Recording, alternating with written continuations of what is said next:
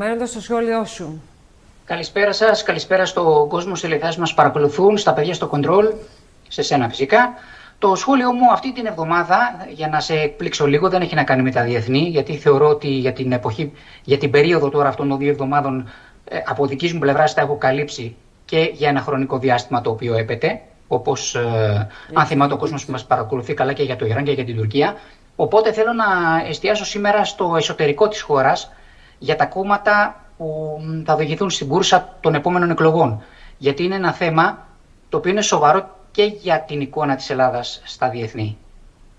Λοιπόν, ξεκινάω λέγοντας ότι η πολιτική κατάσταση στη χώρα αυτή τη στιγμή μοιάζει με την ταινία Back to the Future, δηλαδή επιστροφή στο μέλλον.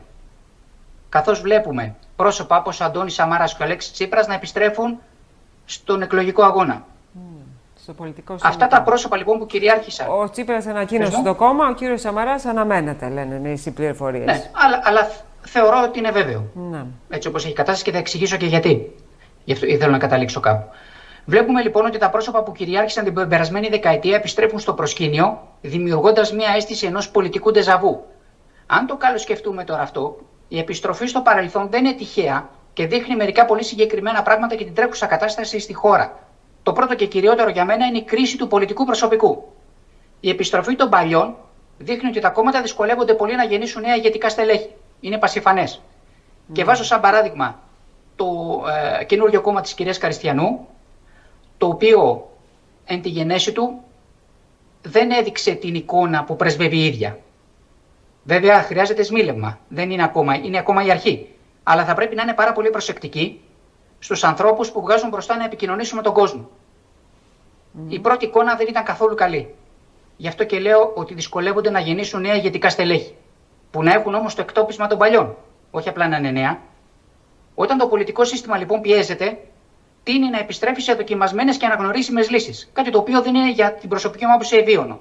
Τόσο ο Αλέξης Τσίπρας όσο και ο Αντώνης Σαμαράς είναι προσωπικότητες με βαρύ ιστορικό εκτόπισμα, αλλά ο καθένας για το δικό του κοινό που εκπροσωπεί. Όλος δεξιά, όλος αριστερά.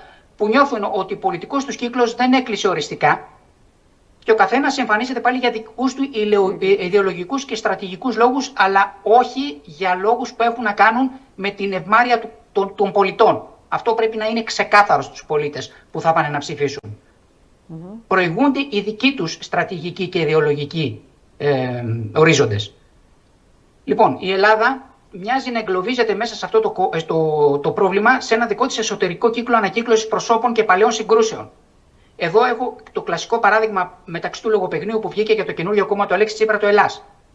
Και βγήκαν στην αρχή κάποια στελέχη και λέγαν για ΕΑΜ Ελλάς και γυρίζουμε πίσω στα παλιά.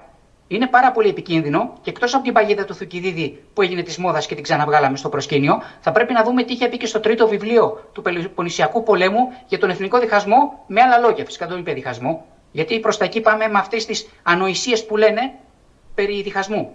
Δηλαδή άμελας και των όσων συνέβησαν εκείνη την εποχή. Η Ελλάδα το φόρο αίματος τον έχει πληρώσει και με το παραπάνω. Δεν χρειάζεται να ξαναγυρίσουμε εκεί. Δείχνει λοιπόν ότι το ότι δεν μπορεί να ξεφύγει εύκολα από το παρελθόν της η Ελλάδα είναι ένα πρόβλημα. Αυτή τη φορά το μέλλον στο οποίο επιστρέφουμε είναι πολύ διαφορετικό όμως. Που επιστρέφει και ο Τσίπρας και ο Σαμαράς. Διότι και οι γεωπολιτικές ισορροπίες και οι οικονομικές προκλήσεις και οι απαιτήσεις των πολιτών έχουν αλλάξει ριζικά σε σχέση με την περίοδο 12-19. Τα μεγάλα δουκάτα λοιπόν της Νέας Δημοκρατίας, Καραμαλική, Σαμαρική, Μητσοτακική, βρίσκονται σε μια ευθεία σύγκρουση η οποία δημιουργεί μεγαλύτερη φθορά από τη σύγκρουση με τη σχεδόν ανύπαρκτη αντιπολίτευση. Η εσωτερικά συγκρουόμενη επιχειρηματολογία βρίσκει δίκοα όντα στους ίδιους τους ψηφοφόρους που μετακινούνται, γιατί δεν ξέρω ακόμα πόσοι θα φύγουν από την Νέα Δημοκρατία για να πάνε στο νέο κόμμα του Αντώνη Σαμαρά ή πόσοι θα φύγουν για να πάνε στην Καριστιανού ή δεν ξέρω εγώ πού.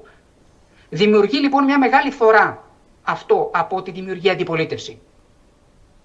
Το συναισθηματικό δέσιμο λοιπόν των ψηφοφόρων με τα πρόσωπα του παρελθόντος οργανίζουν τα ποσοστά της κυβέρνησης του κόμματος. Ποιος είναι όμως ο σκοπός πέραν του προφανούς που είπα προηγουμένως ότι είναι ο δρόμος προς την εξουσία και όχι η ευμάρεια των πολιτών, επαναλαμβάνω. Η προσέγγιση μου στο θέμα, γι' αυτό και το πιάσα σήμερα, γιατί είναι της πολιτικής επιστήμης, αγγίζει μια πολύ βαθιά σχεδόν ψυχολογική πτυχή της ελληνικής πολιτικής ιστορίας και δεν είναι άλλη από το χρόνο παραμονής στην εξουσία. Αυτό είναι το κέντρο της ανάλυσης που κάνω σήμερα. Ο χρόνος παραμονής στην εξουσία. Και εξηγώ. Στην Ελλάδα, ο χρόνος παραμονής στην εξουσία και τα ιστορικά ρεκόρ διακυβέρνησης κουβαλούν ένα τεράστιο συμβολικό βάρος, ειδικά για τις μεγάλες πολιτικές δυναστείες και τα ιστορικά στελέχη. Στην ιστορία της μεταπολίτευσης υπάρχουν συγκεκριμένα ορόσημα που καθορίζουν το ποιος θεωρείται κυρίαρχος της πολιτικής ζωής. Ο Ανδρέας Παπανδρέου, η αείμνηστη μάλλον, Ανδρέας Παπανδρέου, ο Κωνσταντίνος Καραμαλής και ο Κωνσταντίνος Μητσοτάκης αποτελούν για τους σημερινούς τα μέτρα σύγκρισης. Πολλές φορές τους έχουν αναφέρει. Και ιδίως τώρα με την παρουσίαση του κόμματος, ιδίως του Αλέξη Τσίπρα, πόσες φορές αναφέρθηκαν στον αείμνηστο Ανδρέα Παπανδρέου. Μια παρατεταμένη λοιπόν διακυβέρνηση από τον Κυριάκο Μητσοτάκη θα ξεπερνούσε σε διάρκεια άλλους εμβληματικούς πρωθυπουργούς της σύγχρονης ιστορίας. Μένω στον 20ο αιώνα, δεν βάζω τον Βενιζέλο, τον βγάζω εκτός κάδρου. Θα άλλαζε τις εσωτερικές ισορροπίες, άρα και τις ιστορικές ιεραρχίες των παρατάξεων.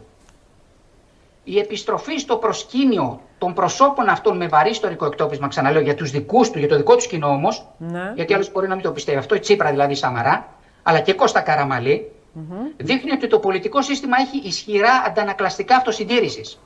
Για την αντιπολίτευση λοιπόν, το διακύβευμα είναι να μην επιτραπεί η εδραίωση μιας στρατηγικής ηγεμονίας του Κυριάκου Μητσοτάκη που θα την κρατήσει την αντιπολίτευση εκτός εξουσίας για πάνω από μια δεκαετία. Είναι ένα ορόσημο το νούμερο αυτό, αν παρατηρήσεις τις εκλογικές αναμετρήσεις προηγούμενες. Αλλά για την εσωκομματική γεωγραφία όμως της Νέας Δημοκρατίας, η αποτροπή ενός απόλυτου προσωπικού ρεκόρ διατηρεί ζωντανές τις ελπίδες άλλων τάσεων και δελφίνων να διεκδικήσουν την εξουσία όπως γίνεται τώρα, χωρίς να βρεθούν υπό τη μόνιμη σκιά ενός ακατάρρικτου ρεκόρ που θα έχει ο Κυριάκος Μητσοτάκης. Οπότε μπαίνουμε τώρα στο σύνδρομο της κλεψίδρας. Κατά την παράδοση λοιπόν, όταν αναλαμβάνει ένας πρωθυπουργός το ρόλο του, την εξουσία, ξεκινάει να πλησιάζει το ορόσημό του περνώντας τα χρόνια, με τον λαό να τον καθιστά κυρίαρχο του παιχνιδιού βέβαια, αλλά όταν πλησιάσει αυτό στο υπερβολικά μεγάλο διάστημα, οι πιέσεις, όπως τώρα με τον Κυριάκο Μητσοτάκη, όχι μόνο οι πολιτικές, αλλά και από οικονομικά ή εκδοτικά κέντρα, που φαίνεται, εντείνονται κατακόρυφα. Όπως συμβαίνει τώρα και τους τελευταίους μήνες, δεν είναι καινούριο αυτό. Μην πω για ένα χρόνο τώρα. Η συντονισμένη αυτή πίεση λοιπόν λειτουργεί συχνά ως ένας μηχανισμός διορθωτικής ισορροπίας, για να μην ξεφύγει κανείς πάνω από τα παραδοσιακά, εντός εισαγωγικών η λέξη, παραδοσιακά όρια. Η πολιτική για τους εκλεγμένους διαχειριστές, δεν τους λέω πολιτικούς, δεν κρίνεται μόνο με όρους καθημερινότητας ή νομοσχεδίων. Γι' αυτό και σας είπα προηγουμένως ότι η ευμάρεια του λαού δεν είναι το πρώτο μέλημα. Αλλά κρίνεται με όρους ιστορικής ιστεροφημίας και ισχύως. Αν θέλουμε να είμαστε σοβαροί και να θέλουμε να λέμε την αλήθεια και στον εαυτό μας όταν πάμε να ψηφίσουμε. Η ιστορική τους ιστεροφημία προέχει, όχι εμείς. Η αποτροπή της δημιουργίας λοιπόν ενός νέου μακροβιότερου πολιτικού κατεστημένου είναι το ισχυρότερο κίνητρο που ενώνει τα διαφορετικά πολιτικά στρατόπεδα. Δεν θυμάμαι πότε Σαμαρική και Καραμαλική την ίδια στιγμή χτυπούσαν την κυβέρνηση.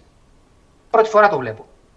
Δύο διαφορετικοί πρωθυπουργοί από δύο διαφορετικά τζάκια να χτυπάνε. Ναι, τζάκια και πτέρυγες, δηλαδή να χτυπώμουν το σημερινό πρόεδρο και πρωθυπουργό. Να. Ο μακροβιότερος τώρα, σε συνεχόμενη αδιάσπαστη όμως θητεία, είναι ο έμνηστος Κώστας Σιμίτης. Ο οποίος έχει το απόλυτο ρεκόρ συνεχούς παραμονής στο Μέγαρο Μαξίμου, 8 χρόνια, 1 μήνας και κάτι μέρες. Ο μακροβιότερος όμως σε συνολική θητεία είναι ο έμνηστος Ανδρέας Παπανδρέου, που αν προσθέσουμε όλες τις περιόδους διακυβέρνησής του, μεταπολιτευτικά φτάνει περίπου τα 11 χρόνια. Εδώ λοιπόν κουμπώνει η προσέγγιση που συζητούσαμε και πριν περί χρόνου παραμονής στην εξουσία. Διότι ο Κυριάκος Μητσοτάκης έσπασε το ρεκόρ του μακροβιότερου πρωθυπουργού της Νέας Δημοκρατίας στη μεταπολίτευση, ξεπερνώντας τον ίδιο τον ιδρυτή της παράταξης, τον έμνηστο Κώστα Καραμαλή. Ο Καραμαλής λοιπόν είχε κυβερνήσει τη μεταπολίτευση, αν το έχω απομνημονεύσει σωστά, 2.118 μέρες, Ιούλιος 74, Μάιος 80. Ο Κυριάκος Μητσοτάκης λοιπόν, υπολογίζοντας το διάστημα που έχει κυβερνήσει από το 19 και αφαιρώντας τον ένα μήνα από την υπηρεσιακή κυβέρνηση Σαρμά, το ξεπέρασε αυτό το όριο. Το γεγονός είναι λίγο περίεργα αυτά που λέω, αλλά πιστέψτε με, παίζουν καθοριστικό ρόλο στα όσα συμβαίνουν. Παρακολουθώ. Το γεγονός είναι πως αυτή τη στιγμή ο Μητσοτάκης είναι ο μακροβιότερος γαλάζιος πρωθυπουργός. Αν καταφέρει να εξαντλήσει τη θητεία του, που δεν πάει προς τα εκεί, και πλησιάσει, ξεπεράσει το φράγμα των 8 ετών, θα απειλήσει άμεσα το ρεκόρ της διακυβέρνησης Σιμίτη, που είναι η αντιπολίτευση. Την καταρρίπτει. Κάτι που για τα δεδομένα της κεντροδεξιάς θα είναι πρωτοφανές Και πιστέψτε με, καθόλου αποδεκτό. Το μεγάλο ορόσημο λοιπόν είναι οι εκλογές που έρχονται. Διότι αν η κυβέρνηση Μητσοτάκη, ή μάλλον το κόμμα, η Νέα Δημοκρατία κερδίσει, τότε μιλάμε ότι υπάρχει πιθανότητα, ακόμα και αν πάμε σε πρόλες εκλογές, σε πρόλες στην επόμενη διακυβέρνηση, περάσει ακόμα και τον Ανδρέα Παπανδρέου. Γιατί θα βρεθεί σε απόσταση αναπνοής από το ρεκόρ συνεχόμενης διακυβέρνησης του Κώστα Σιμίτη, 8 χρόνια και 1 μήνας. Αν υπάρξουν σε επόμενες εκλογές, θα κινδυνεύσει το ρεκόρ της διακυβέρνησης Παπανδρέου. Είναι προφανές λοιπόν ότι ο Κυριάκος Μητσοτάκης πλησιάζει προς το οχυρό των 11 ετών του εμβληματικού για την πολιτική ιστορία της χώρας Ανδρέα Παπανδρέου. Τόσο περισσότερο θα εντείνεται και η πολιτική πίεση γύρω του. Καθώς ένα τέτοιο ιστορικό ρεκόρ για την κεντροδεξιά αλλάζει πλήρως τις ισορροπίες των τελευταίων 50 ετών. Καταλαβαίνουμε όλοι λοιπόν, νομίζω, τι θα σήμαινε αυτό και δεν φαίνεται να είναι καθόλου αποδεκτό από την πολιτική ελίτ της χώρας. Είναι περίεργο που το προσέγγισα έτσι, αλλά είναι πραγματικά ο τρόπος σκέψης που έχω για αυτά που συμβαίνουν. Φαντάσου τώρα με τα ονόματα, δηλαδή το πρώτο όνομα που έρχεται με τα πολιτευτικά, πέραν του Ανδρέα Παπανδρέου, νομίζω ότι είναι του Κωνσταντίνου Καραμαλή, ναι. Μάλιστα. Ποιος θα αποδεχτεί λοιπόν από όσους έχουν κυβερνήσει και όταν μάλιστα ο ένας πρωθυπουργός της Νέας Δημοκρατίας ήταν συγγενικό πρόσωπο του ιδρυτή της Νέας Δημοκρατίας, να περάσει ο Μητσοτάκης. Ναι, δηλαδή θεωρούν ότι το πολιτικό βάρος για να ξεπεράσει αυτά τα ονόματα τοτέμ της μεταπολιτευτικής Ελλάδος δεν το έχει. Άσχετα με τα όσα έχει πράξει, άσχετα με τα όσα έχει αντιμετωπίσει, άσχετα με το οτιδήποτε. Αυτή είναι η προσέγγιση που έχω για το θέμα για το ιστορικό. Δηλαδή, καταλαβαίνω ότι είναι λίγο περίεργο, αλλά για μένα αυτός είναι ένας από τους κυριότερους λόγους για τον οποίο έχουν δημιουργήσει αυτή τη δίνη μέσα στη Νέα Δημοκρατία και προσπαθούν να τον γκρεμίσουν. Λοιπόν, ενδιαφέρον είχε και το σχόλιο που ακούσαμε σήμερα. Δεν είχε δηλαδή με τις προεκτάσεις στα διεθνή θέματα, αλλά είχε κυρίως για τα εσωτερικά. Γιατί σου είπα, ακούγονται πάρα πολλά. Ναι, ουσιαστικά και το πρόσωπο το οποίο ενδιαφέρει την ιστεροφημία του και η θητεία του επηρεάζει γεωπολιτικά τη χώρα μας.